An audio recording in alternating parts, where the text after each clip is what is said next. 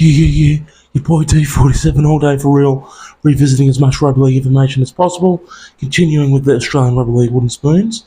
Right now, the 1953 wooden spoon, my personal favourite so far, of the spoons we've done so far. As always, watching this all the way through to the end so you're not missing any brain-baffling information. And I say brain-baffling because there's 4 brain-baffling occurrences this time in the 1953 wooden spoon. So, I always say rugby league started 1908. So far, 1908 up to 1953, easily my favourite wooden spoon so far. We'll see, when I eventually do all of them, we'll see if there ends up being a better one. But 1953, Western Suburbs got the wooden spoon. Yet again, they got 17 wooden spoons altogether. This is just another one of them. 17 wooden spoons is the most that any team's ever gotten. But this one, the first brain baffler. 1952 grand final, West had beaten South 22-12, so they'd gone from premiers all the way down to wooden spooners in 1953, believe that or not. And they also never won another grand final after the 1952 win. And the other 3 brain bafflers, we're going to go through the scores one game at a time. I don't usually do all the scores from the wooden spoon team, just the highlights, but we're going to have to go through all of them just to fully explain everything this time. This is a mind bender, an absolute mind bender, this one, so strap yourselves in. So, we always start with the stats for every wooden spoon team, and in 1953, West playing 18 games, 5 wins, 13 losses. They scored 287 and conceded 377 points, so for and against -90.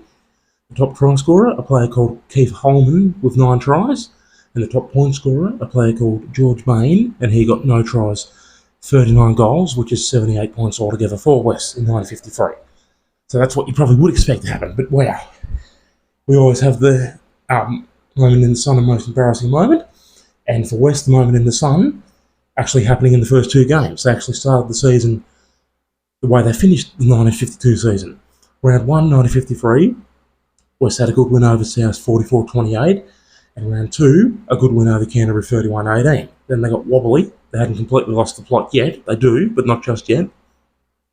Got a bit wobbly and only won 2 out of the next 5 games.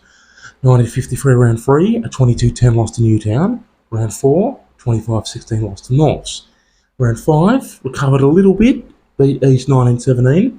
Round 6, a loss to Parramatta 20 points to 7.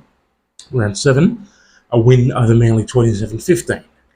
And just remember Manly. Just remember what happened between West and Manly in 1953. They'd beaten Manly 27-15 in round 7. So they had at least won 4 of the first 7 games in 1953 West. But then the wheels came off, so to speak, and they lost the next 8 consecutive games, guaranteeing that was the end of their premiership defence, guaranteeing they wouldn't make the finals, and they'd at least get close to the wooden spoon after those 8 straight losses. And in round 8, which I absolutely can't believe, this is one of the brain bafflers, 1953 round 8, they lost to Balmain 15-14. So remember that one, don't forget that one, hold on to that one. 1953 round 9, they then lost to St George, 18 points to 5. Round 10 lost to South 13-9. Round 11 lost to Canterbury 25-10. Round 12, here's a separate brain baffler. They lost to Newtown 19-9 in round 12. So remember the round 8 lost to Newtown and the round 8 lost to Balmain and the round 12 lost to Newtown. Then, with these losses piling up, finally the most embarrassing moment arrived in round 13, and they were pulverised by Norths, losing to North Sydney 50-19. Norths piling on 10 tries and 10 goals in that one. At the time, tries used to be 3 points. That's why 10 converted tries is 50 points. With 4-point tries, that actually would have been a 60-24 loss. So that's when they'd completely lost the plot and hit rock bottom.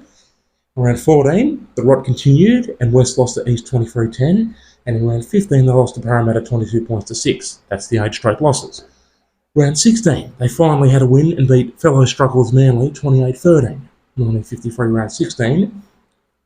But the brain baffler is, despite the fact they had beaten Manly twice, like I just said, they beat Manly in round 7, and in round 16 they beat Manly twice, but it was Manly who had the last laugh and handed West the wooden spoon, believe it or not. Even though West beat Manly twice, Manly still, the plucky Seagulls, found a way to avoid the wooden spoon. And as we all know, they have never got it. So then in round 17, to complete the second brain baffler, as I call it, West lost to Balmain 15-14. Whether you want to believe it or not, I absolutely can't believe it. In round 8 and in round 17, 1953, West lost to Balmain by, identical scoreline. In round 8 and in round 17, they lost to Balmain 15-14 twice in the same season. In round 17, that is. Then in round 18, believe it or not, they lost 19 points to 9 again, this time to St George. I said, for the third brain baffler, that they'd lost to Newtown 19-9 in round 12. Well, this time they lost 19-9 in round 18. So not only had they lost to Balmain by identical scoreline, lost to the same team twice by the identical scoreline of 15-14 in 1953. Also in 1953, they'd lost 2 games, exactly 19-9, to 2 different teams. Newtown in round 12, St George in round 18, which I just find bewildering. I just absolutely can't believe that that's ever happened in the history of the game. Worse still, from a West point of view, going into that last round loss to St George 19-9 in round 18, West had 10 competition points with 5 wins, and so did Manly. West losing their game to St George left the door ajar for Manly to win their last round game and avoid the spoon, and Manly were just good enough to beat Canterbury 16-10 at Brookvale, and that's how Manly avoided the wooden spoon. Manly still never has got the wooden spoon to this very day, and West is just one of many spoons they got. Like I said, one of their 17 wooden spoons that they did pick up, unfortunately. So there you go. Wow, absolutely can't believe that. Yeah, what happened in 1953 wooden spoon. So there you go. Absolutely incredulous. So, like I always say, if you're still watching all the way to the very end, thank you so much for outstanding support, and thank you most of all for not missing out any brain-baffling rugby league information such as this. My personal favourite wooden spoon so far, just because of the lunacy, absolute ludicrous statistics that unfolded in 1953.